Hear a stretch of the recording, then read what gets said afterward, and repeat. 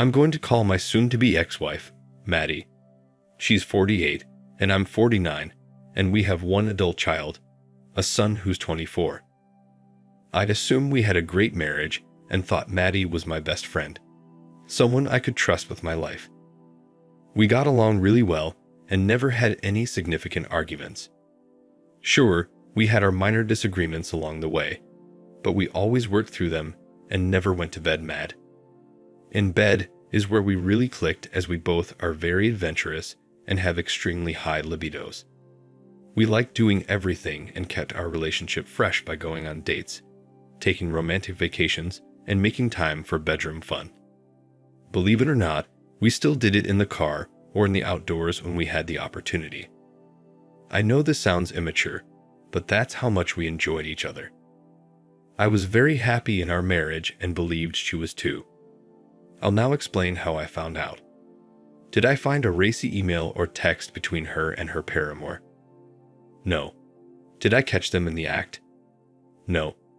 I found out through her lover's ex-girlfriend, who I'll call Sarah. Sarah found me on LinkedIn and sent me an email message asking to talk. When we spoke, I didn't know what to make of what she was telling me, and at first, I thought it was some sort of prank that Maddie was planning on me. That was until Sarah sent me a series of pictures and a video of them in action. Then reality hit me. Seeing Maddie doing all the most intimate things with a strange guy shattered my soul. I'll never be able to get those images out of my head, nor will I ever be able to forgive her. To me, she has committed the most egregious marriage violation imaginable, from which there is no coming back. Now for background on how the affair started. Maddie's corporate office is in New York City, and she travels there a couple times a year for meetings. Her company likes to have these meetings during the first part of the week, so she normally flies out Sunday afternoon and comes back Tuesday evening. This has been the routine ever since she's worked for this company. When there, she always stays at one of the hotels within walking distance of the office. It was at one such hotel where she met her boy Toy, a guy 15 years her junior who worked as a bartender. According to Sarah, her ex told her they just clicked and spontaneously hooked up one night 3 years ago. After that, they continued these biannual hookups for 2 years until the affair ended last year. According to Sarah, he told her they were only together 5 times, and all the encounters occurred on Sunday evenings in Maddie's hotel room. He swore they never kissed, and he always wore a condom. Yeah, right? Sarah said she discovered the affair 6 months after it ended. After finding the graphic messages and pictures on his old smartphone, she confronted him, he confessed, and she kicked him out. Not being able to afford a place of his own in Manhattan, he was forced to quit his bartending job and move back out on Long Island. I asked Sarah why she waited so long to contact me. She said she never had any intentions of telling me, but her new boyfriend convinced her to do it. According to her, he had been cheated on and loathes people who cheat. He told her she had to tell me, so that's why she did. I asked if she knew why the affair ended. She said her ex said Maddie eventually broke it off because she told him she loved me. After learning all this, I took time to mourn and determine my next move. After giving it much thought, I've decided to divorce Maddie. While I still love her, I will never trust her again and will always think of her and the loser bartender. I've also decided not to confront her and plan just to blindside her with divorce papers. I don't want to give her a chance to explain herself or listen to her excuses and apologies. I want to make the day she served so dramatic that she feels worse than I felt when I found out about her affair. It's my revenge for her betrayal. In the meantime, I'm going to act like everything is normal and play nice, extra nice.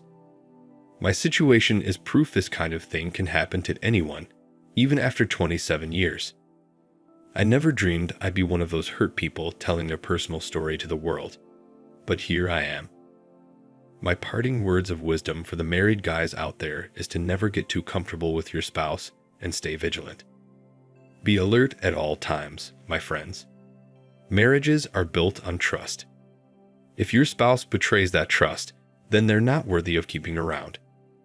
The day the divorce papers are ready, I plan to move my belongings into storage, then have her served at work.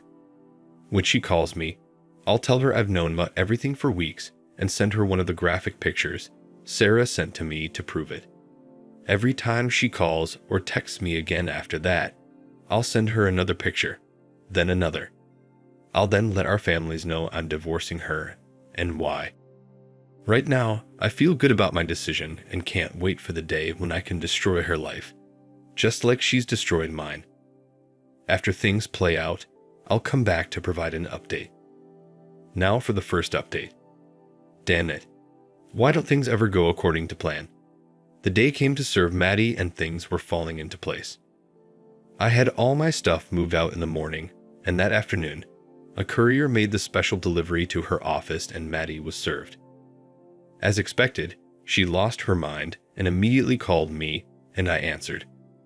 I told her I knew about every detail about her affair with her boy toy bartender and had filed for divorce.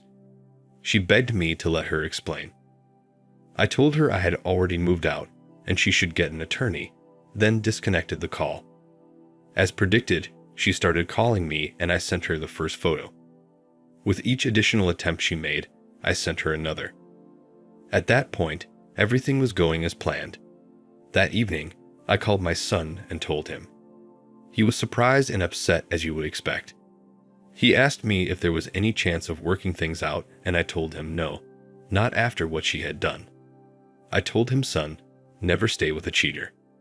After we finished talking, I was about to call my parents when my mom called and said Maddie just left their house.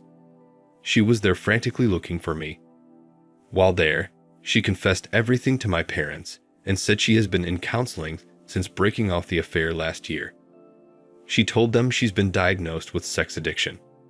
That's right, folks. She claims her cheating was all due to a mental addiction she has where she cannot resist the temptation of sex. Can you believe this? I then headed over to my parents' house to talk with them. To my frustration, they both tried talking me out of divorcing Maddie. They weren't condoning what she did, but said it says a lot that she broke off the affair on her own and has been in treatment ever since.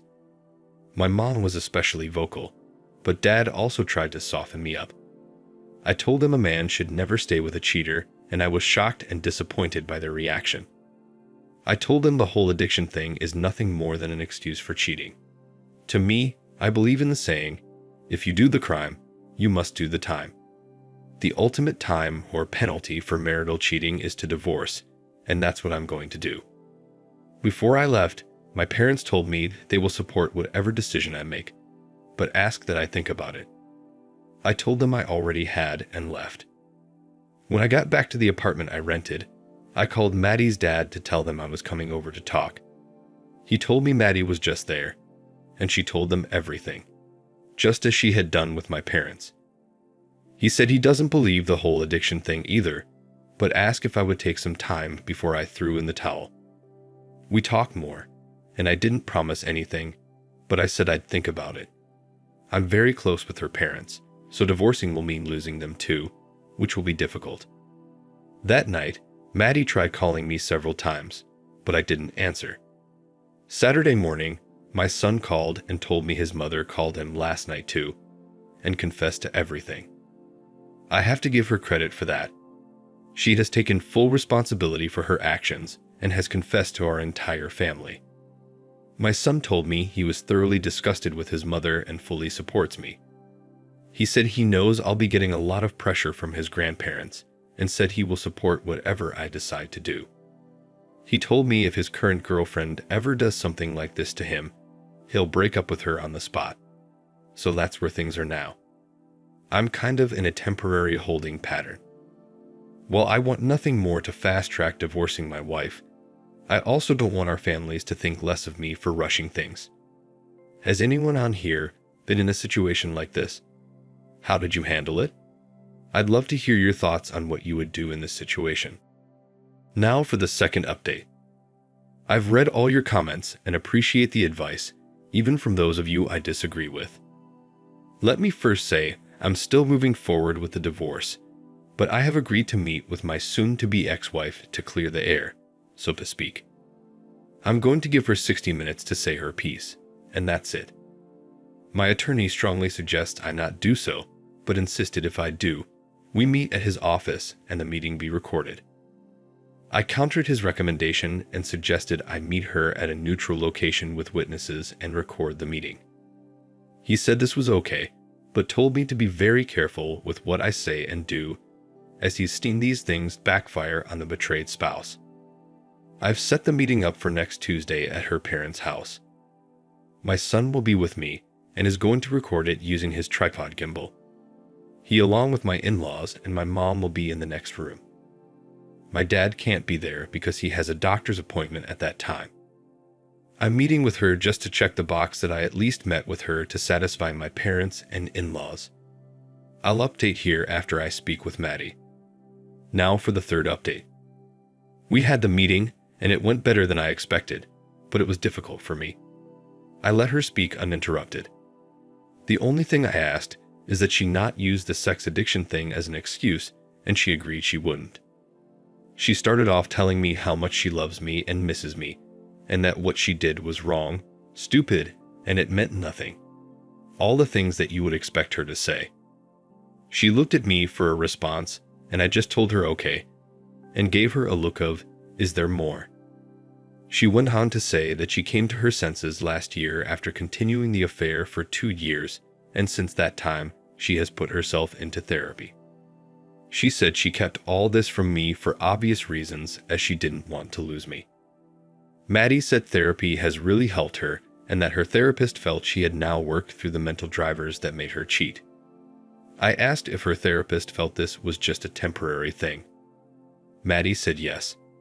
I then asked her what happens when the next 30-year-old bartender comes along. She just looked at me and started crying.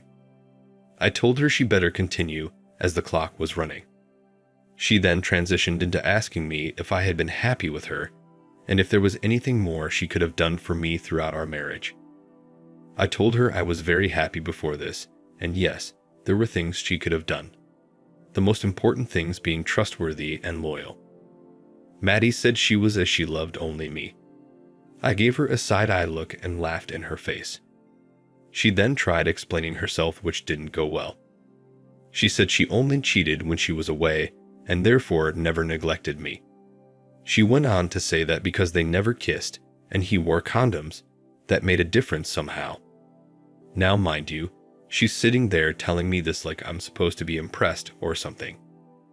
I asked her to listen to what she was saying, as she sounded completely ridiculous. She said she wasn't defending what she did, only trying to explain her rationale. I asked her why she'd do it if she was so happy. She said she was just taken away with the idea of a young handsome guy being interested in her physically. She said even though I made her feel beautiful, she felt like she was no longer attractive. Now by this time, 45 minutes had passed, and I told her she had 15 minutes left to give me her elevator speech. She told me if I gave her another chance, we could go right back to where we were before. I again told her that was impossible, as I could never trust her and will always imagine her with her boy toy every time I look at her. She then suggested a one-sided open relationship as an option. She said I could do whatever I wanted with whoever I wanted, and she'd remain faithful to me.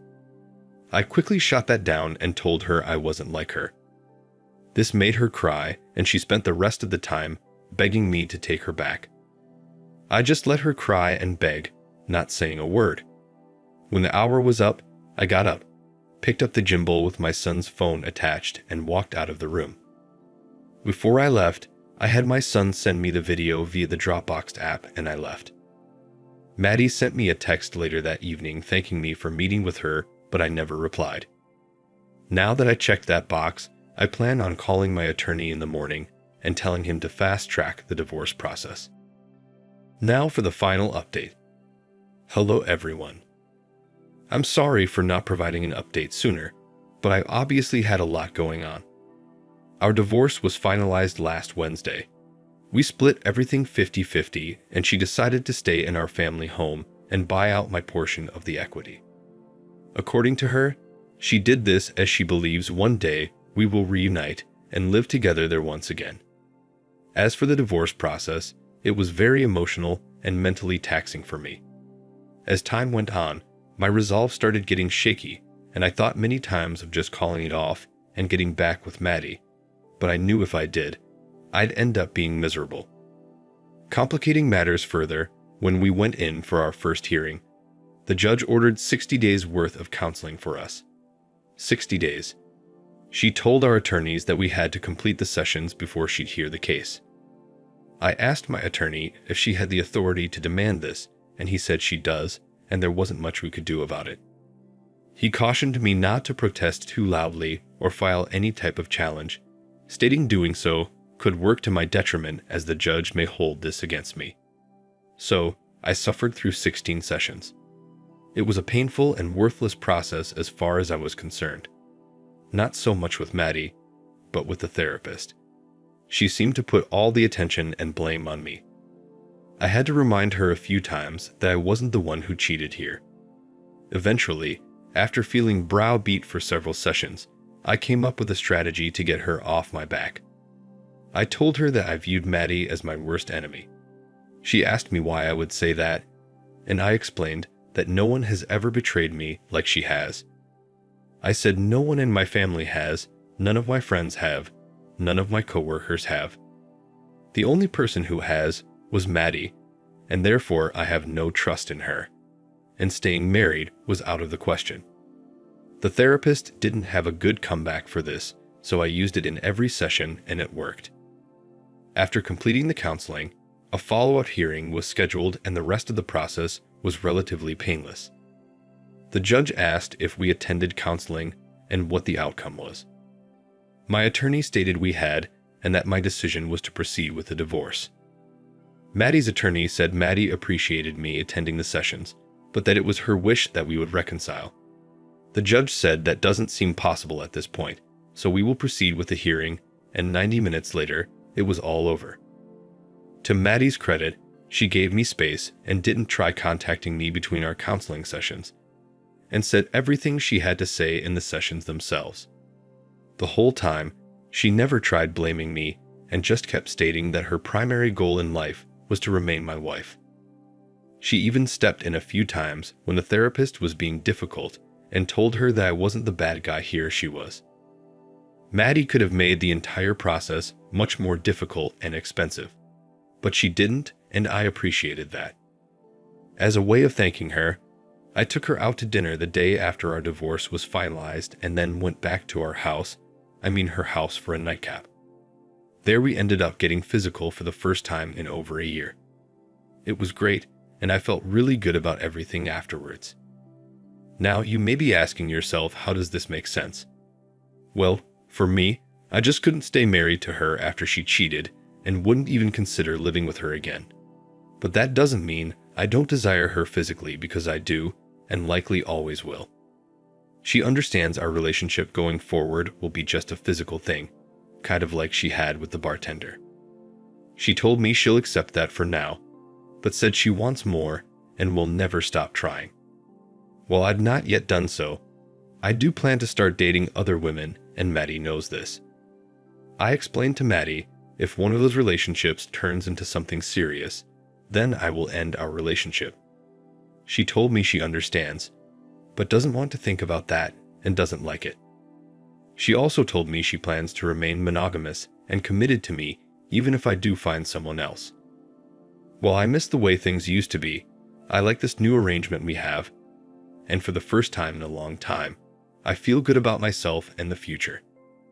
Thank you for watching. Like and subscribe if you enjoyed the video. See you next time.